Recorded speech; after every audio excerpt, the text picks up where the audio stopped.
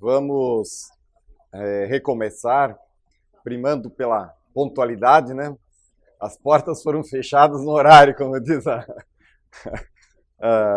a Gol, né? Primando pela pontualidade. Pessoal, todo o material da aula hoje vai ser enviado por e-mail para todos na segunda-feira, tá bom? Então, esse material da apresentação, todos terão acesso. Pois bem, nós vamos falar agora de um outro tema que é também muito debatido e muito polêmico no direito previdenciário, que é a questão da decadência. A decadência é algo que surgiu em 1997, até a medida provisória 1523, de junho de 97, nós não tínhamos decadência no direito previdenciário. Então, a gente podia revisar benefício independentemente da data da concessão dele. Benefício com 20, 30 anos, sempre era possível revisar.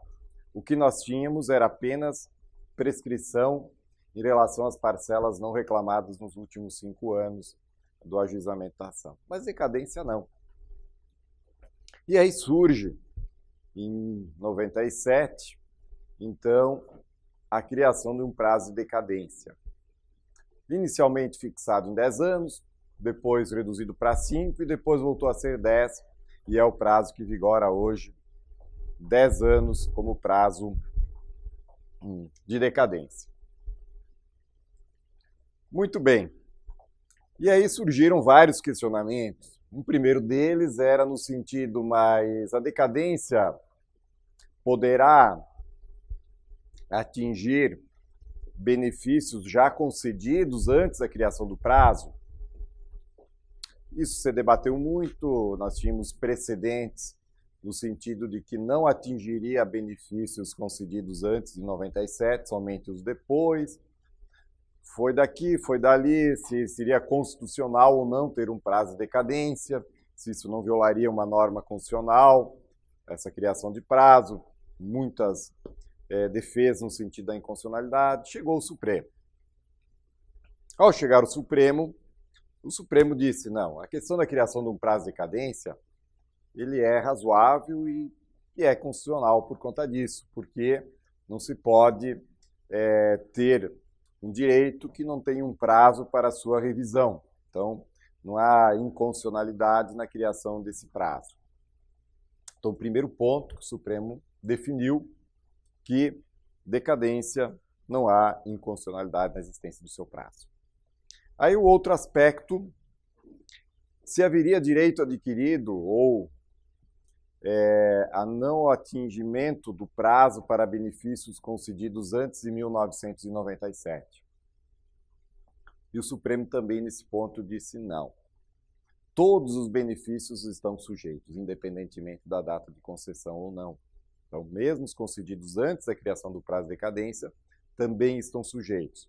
A única situação é que o prazo de 10 anos começa a contar a partir de quando ele foi instituído. Então, benefícios concedidos antes da criação do prazo terão, depois da criação do prazo, 10 anos para frente para a revisão. Passado isso, atingiria todos.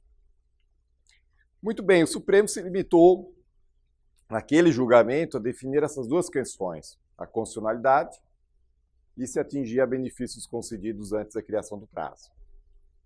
Só que no dia a dia, nós nos deparamos com outras tantas questões para saber se atinge a decadência e quando se dá início da contagem do prazo. E são várias. Então, nós vamos tentar trabalhar agora essas questões para nós entendermos melhor. Uma primeira questão,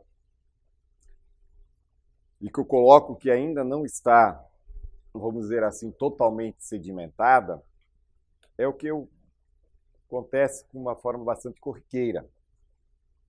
Alguém se aposentou e no momento que se aposentou, não fez o requerimento de contagem de tempo rural ou especial, ou de ambos.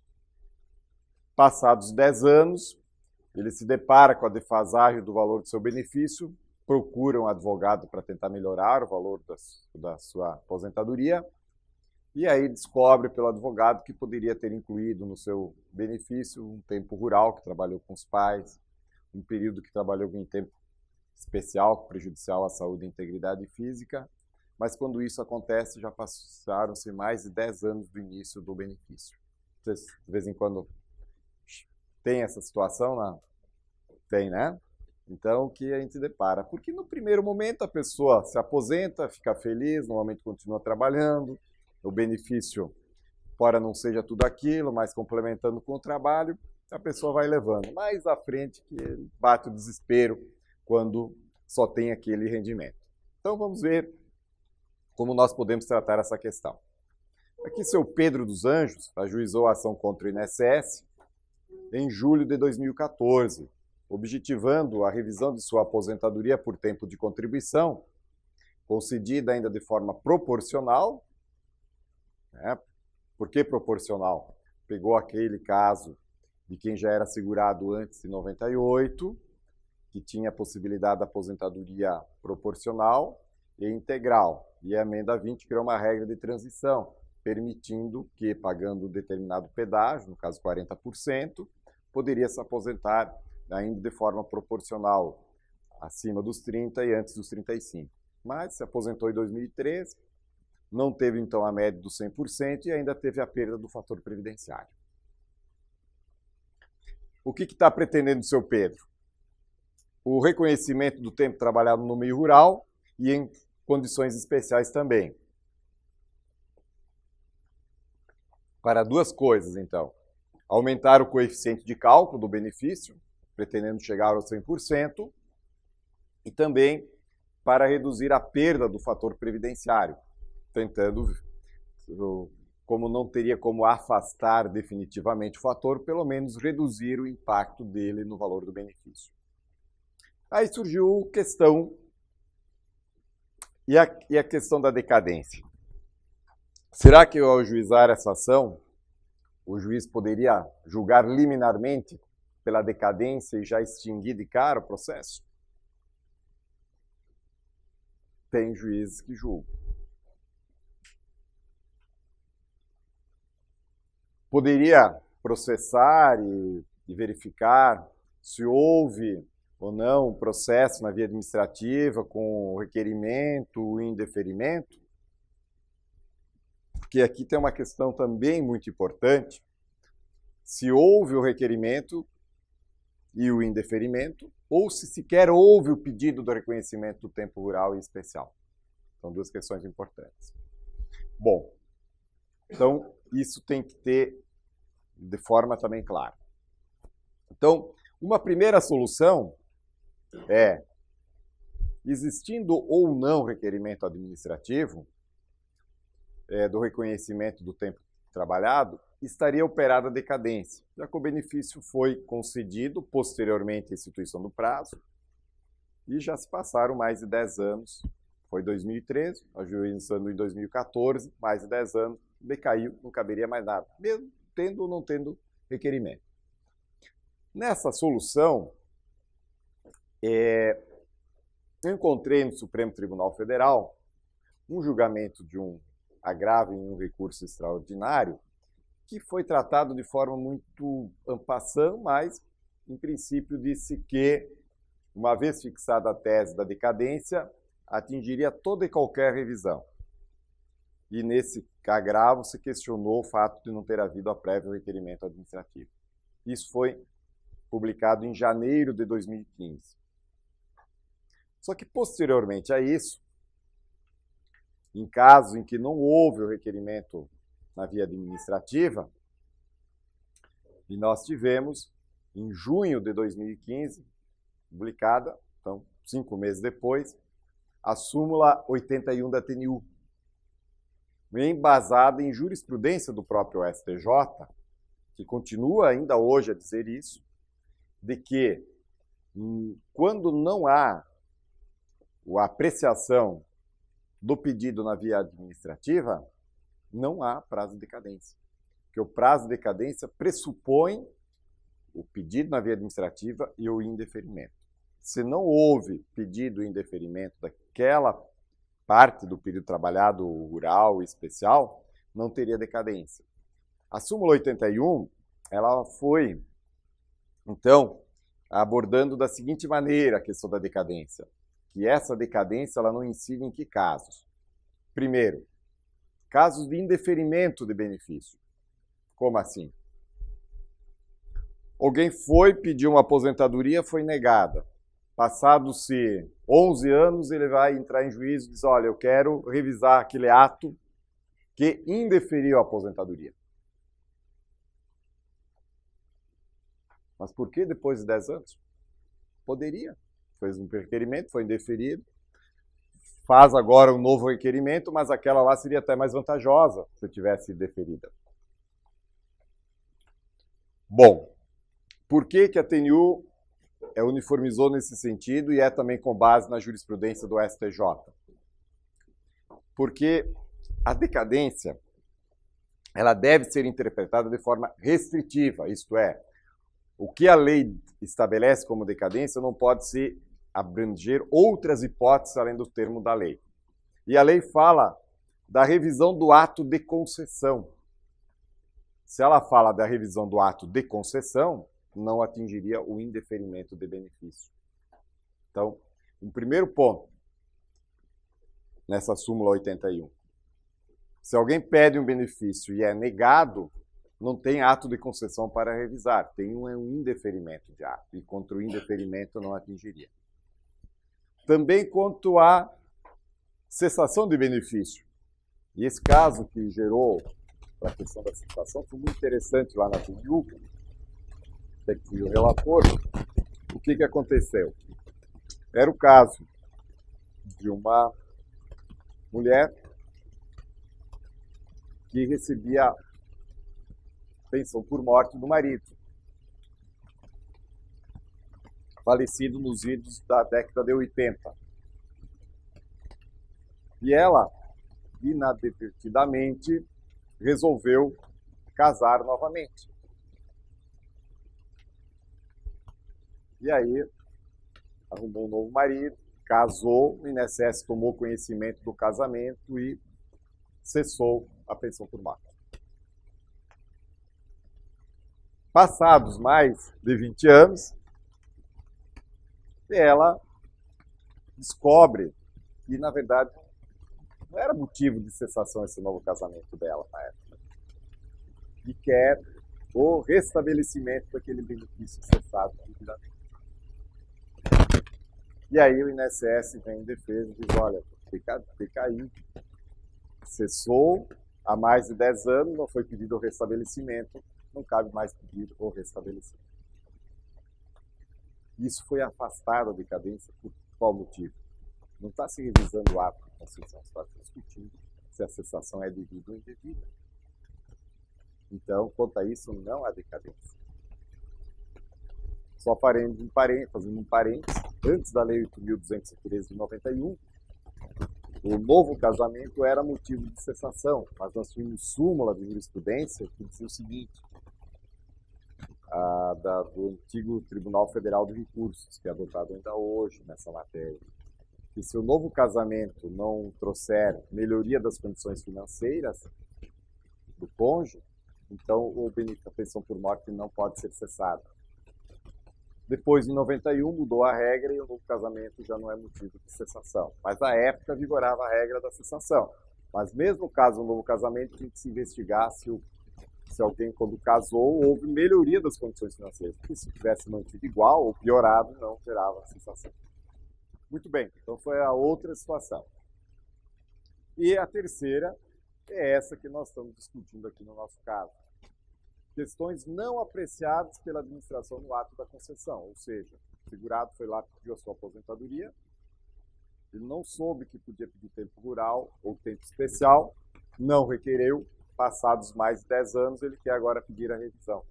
Como não houve apreciação, não teria ocorrido a decadência, súmula 81 da turma nacional. O STJ, que é a decisão de maio de 2016, o que diz? O posicionamento do STJ é de que, quando não tiver sido negado o próprio direito reclamado, não há falar em decadência. Consoante se extrai dos autos, não ocorreu indeferimento do cômputo ou condição de tempo de contribuição, uma vez que não chegou a haver a discussão quanto a esse pleito. Efetivamente, o prazo cadencial não poderia alcançar questões que não foram aventadas quando do deferimento do benefício e que não foram objeto de apreciação pela administração.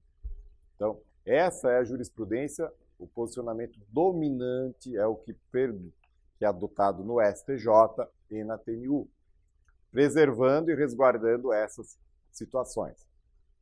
Seja pela súmula 81, seja pela jurisprudência que predomina no STJ, sem deixar de citar, como mencionei no início, que há aquele agravo único que eu localizei até hoje no Supremo, dizendo, não, abrange de forma ampla, foi o Marco Aurélio ministro, um agravo regimental. Mas parece que o Supremo não se posicionou firme nessa questão ainda.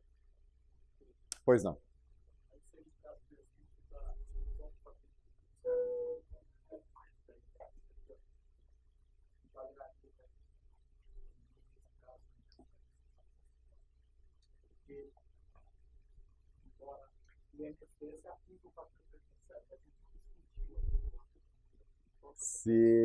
Se uma aposentadoria de professor concedida há mais de 10 anos, com incidência do fator previdenciário, você poderia se pedir a revisão para a exclusão do fator previdenciário, porque isso não foi objeto de discussão, não foi objeto de análise.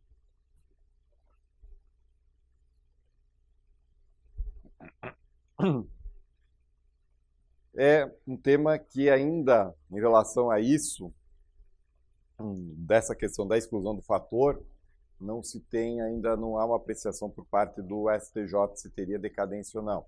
Ela é um pouco polêmica, esse ponto, essa questão da exclusão do fator, a questão do prazo decadencial.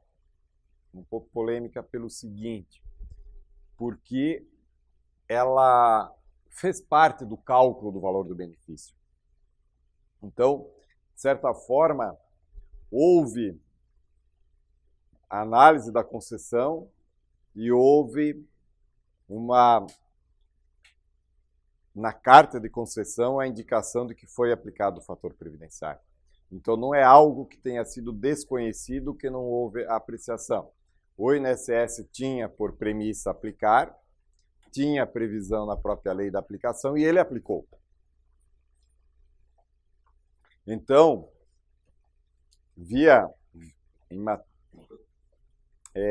vamos dizer assim, em tese, haveria decadência, mas é possível ainda amadurecer um pouquinho mais isso, ainda não dá para dar isso por liquidado, mas à primeira vista nessa questão, isso que estou dizendo, eu não recordo de precedentes específicos do STJ ou da própria turma nacional que tenha declarado a decadência em relação ao pedido de exclusão do fator previdenciário da aposentadoria do professor. Pode ser que surja algum argumento novo, alguma questão nova, mas, via de regra, essa é uma questão que está relacionada, propriamente dita, ao cálculo, né? E ela foi examinada e foi aplicada, está lá na carta de concessão. Mas fica uma porta aberta ainda. Outra questão, a tese do melhor benefício. O que é a tese do melhor benefício? É uma tese reconhecida pelo Supremo Tribunal Federal, já também em repercussão geral, que diz o seguinte: se a pessoa se aposentou lá em 2005, mas em 2004 ele também tinha direito, e se fosse calculado até 2004 ele teria um direito a um benefício melhor do que em 2005, porque o fator previdenciário em 2004 era menor do que o 2005, ou porque os salários de contribuição dele anteriores a 2004 eram melhores do que pegando até a média até o final de 2005, é possível retroceder, isto é, aplicar a tese do melhor benefício? Pelo entendimento do STJ, essa tese não estaria atingida pela decadência. E o que diz esse precedente, conforme destacado, o acórdão recorrido, a discussão em torno do direito adquirido ao melhor benefício não foi objeto de apreciação pela administração. Assim, não ocorreu a decadência. Segundo a segunda turma do STJ, firmou o entendimento de que a decadência não alcança questões que não restaram resolvidas no ato administrativo que apreciou o pedido de concessão de benefício.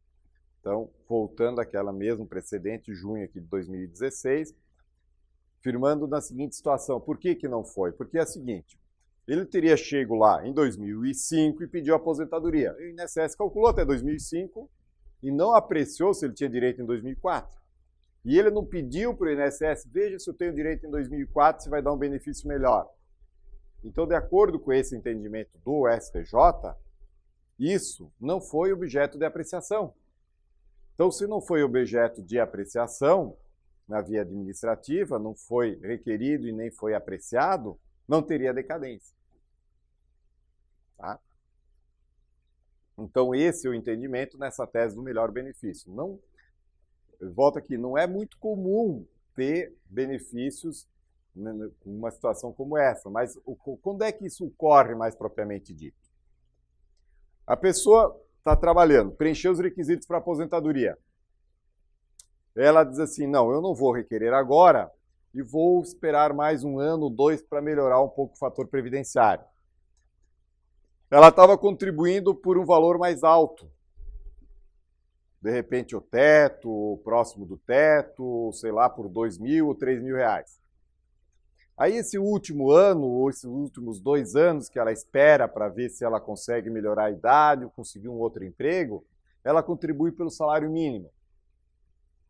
Como ela não conseguiu um emprego melhor, ela não conseguiu contribuir sobre os salários maiores, ela diz, não, então eu vou me aposentar mesmo. Aí quando ela vai lá, esses 2 últimos anos de salário mínimo vão entrar para o cômputo da média dos 80% maiores. E o valor do benefício dela reduziu mais do que se ela tivesse requerido 2 anos atrás. Então essa é a tese do melhor benefício. Quando é que vocês descobrem essa existência dessa tese? Quando pegam a relação de salários e contribuição do segurado e percebe que no período que se aproxima ao requerimento da aposentadoria, ele reduziu o valor dos salários de contribuição. Aí é essa tese aplicada. E segundo o STJ, então não teria decadência. Outra questão da decadência, a questão das ações trabalhistas, que também tem alguma frequência grande. O que acontece? O sujeito pede aposentadoria, acaba rescindindo o contrato de trabalho dele, não que isso fosse obrigatório, não gera automaticamente a rescisão, mas ele, com a aposentadoria, resolve ir embora. Aí ele resolve também entrar com uma ação trabalhista contra a empresa. Pedindo o quê? Uma série de questões, né? Entre elas, horas extras, um adicional de insalubridade e outras todas verbas que mudariam o salário de contribuição dele. Muito bem. Aí entra com a ação 2 anos depois da aposentadoria, ou da rescisão do contrato, ou no prazo, né? Que ele teria para entrar, ele entra. Só que esse processo não há acordo. O empregador resolve recorrer, levar a questão para o TST. Quando transita em julgado, reconhecendo o direito dele às horas extras, adicional de salubridade, enfim, a mudança no salário de contribuição todo dele, que iria mudar o valor da aposentadoria, já se passaram mais de 10 anos que ele está aposentado. Aí ele vai no INSS e o INSS diz, olha, não tem mais revisão para ti porque está aposentado há mais de 10 anos. E é o que acontece. O que o STJ firmou nessa matéria tese? Que o prazo decadencial, quando há ação trabalhista, ela só se dá a partir do trânsito em julgado da ação trabalhista, como é que, no caso dos autos, o autor busca a revisão do ato de concessão da sua aposentadoria, mediante o reconhecimento do período que trabalhou junto às empresas, Rede Ferroviária Federal, Ferrovia Centro-Atlântica, em decorrência de sentença homologatória trabalhista transitada em julgado. Nesse caso, o prazo para a averbação desse tempo de serviço e para a obtenção de direitos subjetivos dele decorrentes conta-se da data do trânsito em julgado da sentença judicial trabalhista, que reconheceu em favor do trabalhador o referido tempo de serviço. Isso também a TNU adota com frequência. Então, o que acontece? Tendo a ação trabalhista, é a partir do trânsito em julgado dela, reconhecendo o tempo trabalhado, salários de contribuição, que nasce o direito para esse segurado ir à Previdência e pedir a revisão do benefício. A partir, então, do trânsito julgado, que ele vai ter 10 anos para frente, e não da data da concessão da aposentadoria. Mas é isso que acontece. Aqui é uma longa história, porque o que acontece? Toda vez que alguém tem uma sentença trabalhista que altera a relação de salários de contribuição e tempo de contribuição, isso não vai para os dados da Previdência, né? Deveria ser automático, né? Deveria sair a sentença trabalhista, da sentença isso deveria ir direto para a base de dados do CNIS e o INSS automaticamente promover a revisão, mandar uma cartinha para o segurado informando que, em virtude do êxito da ação trabalhista, a aposentadoria dele tinha sido revisada. E aí vem os efeitos financeiros desde quando? Da trânsito julgado da ação trabalhista, do pedido de revisão, da data de início do benefício? Hã?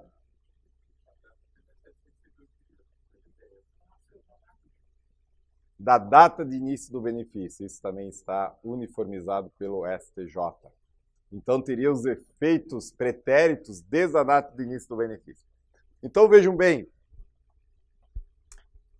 Então, ele receberia a cartinha com a revisão e os atrasados ainda, né? Coisa boa, né? A gente sonhar, imaginar, né? Com isso. Pois é, não é boa, né, para advogado. É boa para vários, né? Então é importante, mas aqui, ó, é o ponto fundamental. A dissociação entre o direito do trabalho e o direito previdenciário. O advogado trabalhista procura solucionar a questão no âmbito trabalhista e esquece muitas vezes da questão previdenciária, né? E outra coisa, antigamente isso não era tão relevante porque a média da concessão dos benefícios era só os cálculos dos 3 últimos anos. Hoje em dia o que acontece? Vamos supor um trabalhador com 30 anos de idade. Entra com uma ação trabalhista contra a empresa, ganha todas aquelas verbas que não foram pagas. Até salário que a empresa não pagou, ou não respeitou o piso da categoria, não pagou horas extras, não pagou adicional, tudo ele recebe. Vai para o bolso dele, resolvido, bonito, a área da questão trabalhista, e ele não faz nada. Daqui a 30 anos ele vai se aposentar. O fato desse resultado não estar lá na Previdência vai trazer prejuízo para ele. Porque o que acontece? Hoje, quando se vai requerer uma aposentadoria, o salário de benefício é a média de quantos anos? Dos últimos 22 anos. Julho de 1994. O ano que vem será a média dos últimos 23. E assim sucessivamente. Então, o que acontece? Todo o período ele é importante. Não é como era até a Lei 9876 de 99, que só importava os 3 últimos anos. Agora não, é todo o período. E se não for feito isso, mantido esse cadastro e essa relação em dia, o prejuízo vai ser sentido lá na frente. E não adianta ir lá na Justiça do Trabalho procurar depois, que depois de 10 anos vai estar incinerado, né? E aí não tem mais prova. Os documentos foram todos incinerados. Tá? Mais uma questão da decadência ainda. de exclusão ou contagem diferenciada do prazo de decadência. O sujeito, em vida, tinha direito a uma revisão da sua aposentadoria, aquele mesmo que queria o tempo rural e o tempo especial. Ele não fez. Mas aí ele vem a falecer. Aí a viúva, quando vai receber a pensão por morte, vê que a pensão por morte dele é pequenininha. E aí descobriu que o marido poderia ter pedido a revisão. E não fez. Aí ela resolve brigar com ele. E aí ele manda ela, no sonho, procurar um advogado. E aí descobre que o prazo começa a contar tudo de novo no momento que iniciou a pensão por morte. O prazo que teria decaído para ele em vida ressurge das cinzas em favor de quem recebe a pensão por morte. E por que isso? É o princípio da actionata, que se tem em vista que apenas com o óbito do segurado adveio a legitimidade da parte recorrida para o pedido de revisão, já que, por óbvio, essa não era titular do benefício originário do seu marido, direito personalíssimo. Então, o que acontece? Tudo aquilo que o detentor do benefício da aposentadoria não requereu em vida, que era possível pedir de revisão, quando passa para a pensão por morte, o detentor da pensão por morte pode. A única situação que não tem sido admitida pelo STJ, qual é? Que a pensionista não pode fazer. Muito bem, a desaposentação. Entende que na desaposentação, como era uma renúncia de um benefício para postular outro, tinha que ter sido feito pelo segurado em vida. E os pensionistas não têm legitimidade para isso. As demais revisões, o STJ tem entendido que pode, e o prazo é o prazo do início da pensão por morte. Jurisprudência também adotada pela Turma Nacional de Uniformização dos Juizados. Então, vejam bem, a decadência tem as suas exceções, na verdade. Quais são? Vamos tentar recordar. Indeferimento, cessação, revisão quando não houve pedido na via administrativa, não houve apreciação, melhor benefício, ação trabalhista e pensão por morte. Pô, nós chegamos a 7 sessões aqui, né? Pois não. Dá o microfone para a Sandra, por favor, para poder facilitar. No caso, o marido pediu uma revisão pelo RTN e foi reconhecida a decadência.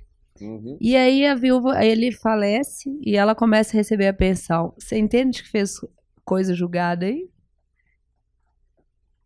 Ele requereu, não foi porque houve decadência. Isso. Muito bem.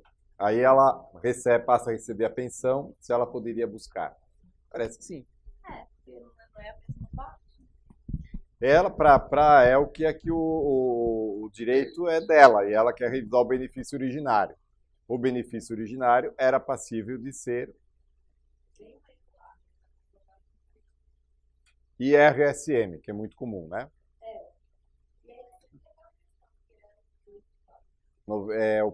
Teria ocorrido em fevereiro de 94, né, o problema, que foi feito um expurgo de 39,64. Então teria dado prazo até 2004 para poder fazer a revisão. Aí não fez, né? Hoje já teria ocorrido. Aí a discussão foi da medida provisória que autorizou, que é final de 94, né? Então o prazo da medida provisória.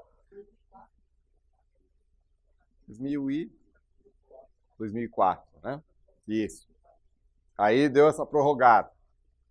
Mas mesmo assim, não o fez, ou fez fora do tempo, renasce o direito em favor da dependente. Perfeito? Então há uma possibilidade de renascer. Alguma dúvida a mais aí sobre decadência? Passando o microfone. As mulheres todas falam, ó, seu marido perdeu. Assim que eu morri, sim.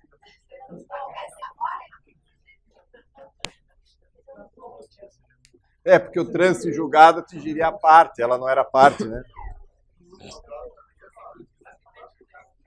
Vamos lá. O professor, no caso, então, da aplicação da decadência incorretamente pelo judiciário, aí cabe uma ação rescisória agora?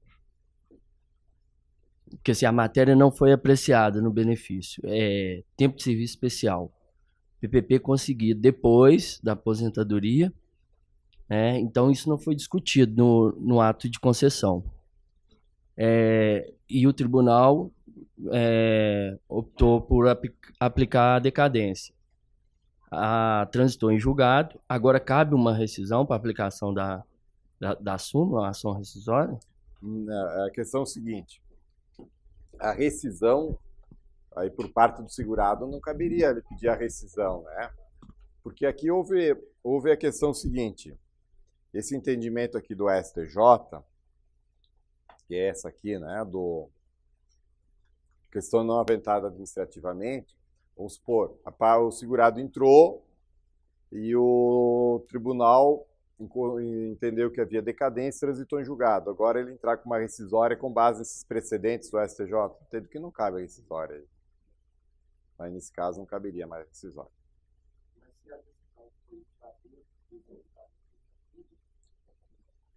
Se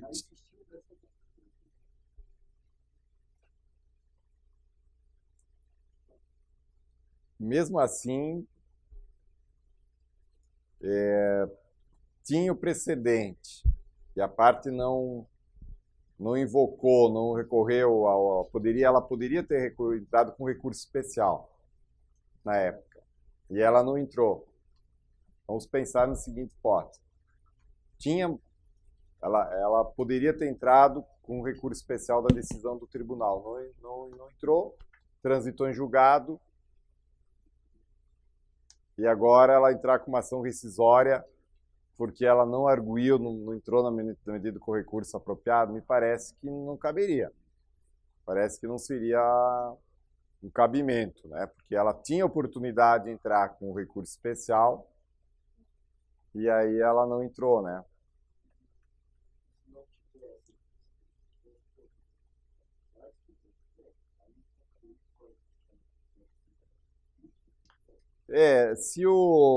Por exemplo, se a mudança de entendimento se deu depois do trânsito em julgado da decisão, também tem se entendido que não cabe rescisória. Por exemplo, já ocorreu o trânsito em julgado num determinado sentido no outro. Depois do trânsito em julgado, o STF fixou o entendimento. Não caberia a ação rescisória para modificar aquela que já transitou em julgado antes da mudança do entendimento do Supremo Tribunal Federal. Agora, assim, isso tudo é em tese, tem umas situações assim que quando é ação rescisória é muito difícil dar uma posição muito firme, né? Tem sido admitida a ação rescisória para discutir honorários em ação rescisória. Eu vejo muito isso no tribunal. Por exemplo, fazenda pública que foi condenada na vigência do CPC de 73 a 10% do valor da condenação e o valor dos honorários chegou na hora da liquidação, lá deu um valor alto. Porque o valor da condenação, de repente, lá foi 1 milhão e deu 10%, deu 100 mil.